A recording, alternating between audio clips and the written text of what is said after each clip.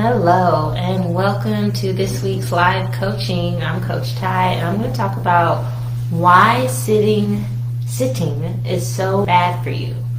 As I sit, I will tell you why sitting is so bad for you. And it's not just because lack of movement is bad. Like, okay, we know, we're going to put that in a box, put that over there. You got it. Lack of movement is not good for you. But why sitting in particular? Well, I'm going to go back, way back, to like hunters and gatherers back. Because that is where we need to start to realize that our bodies, human bodies, are designed to move. We are designed to keep moving, to survive.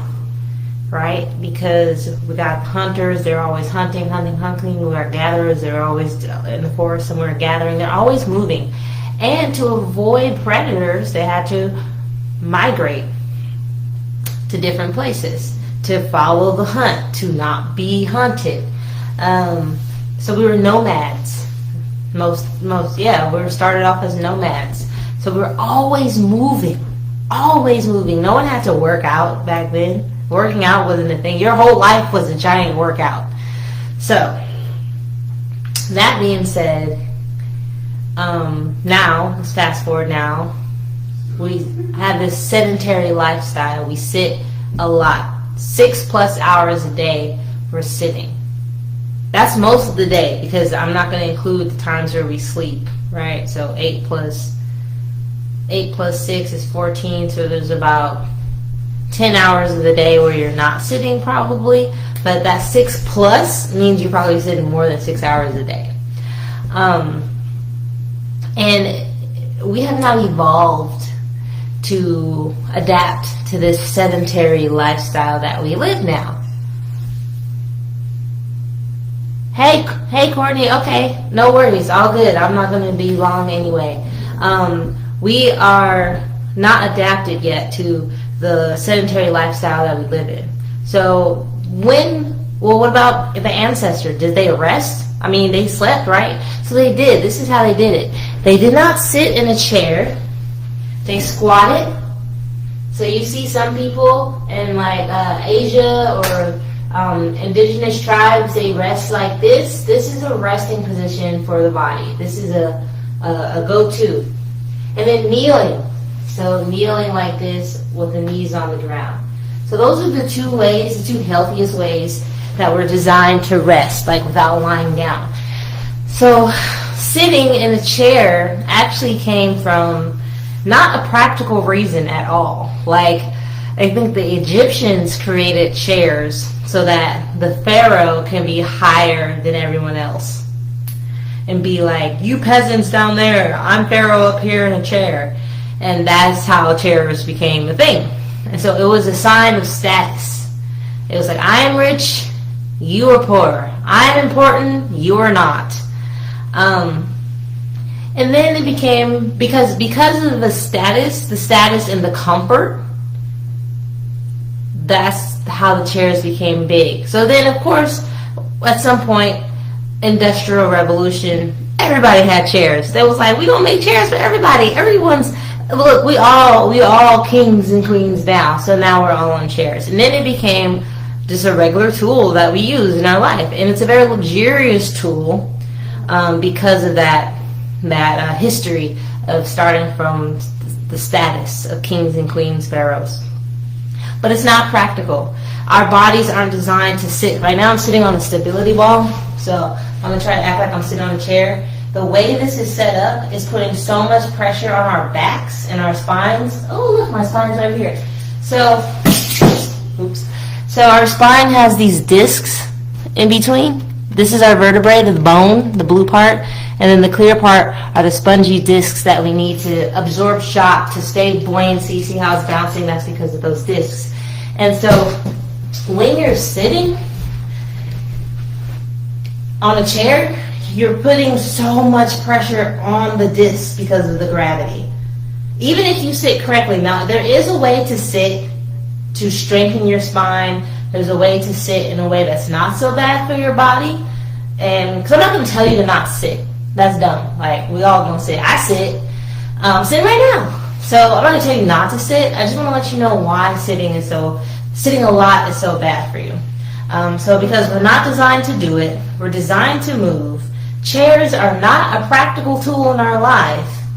And that's pretty much why. But it also affects your mind. So I went over the body, right?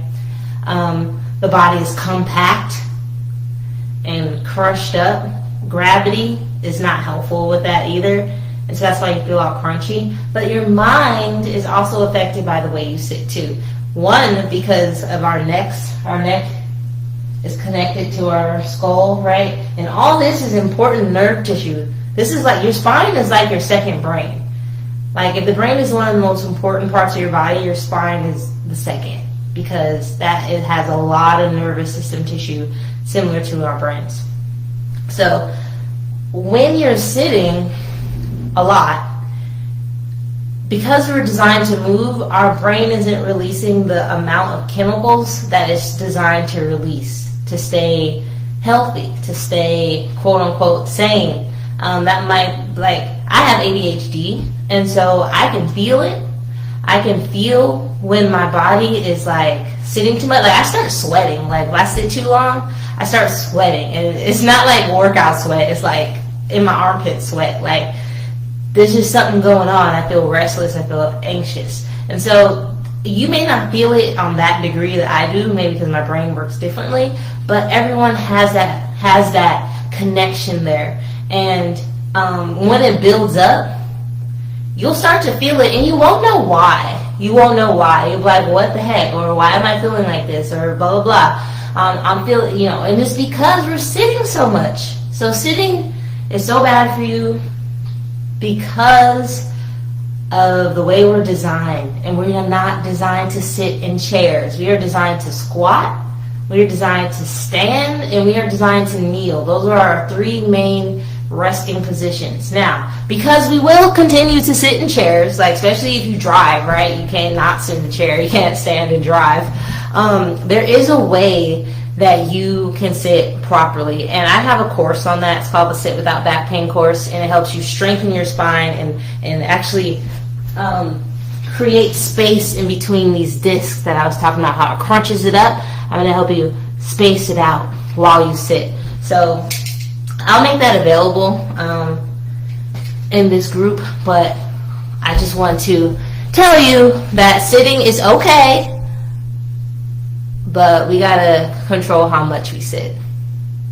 So that's that. I'm gonna leave it at that for now. We can continue to talk about this in the group. Feel free to drop some questions, drop some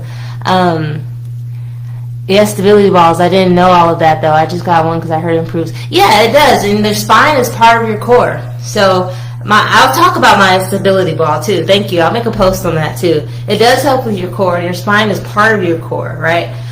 So it all works together. And I do feel myself working more than I would on a chair. And I like to move. I have ADHD. Like I said, if I sit here too long and just be like, ugh.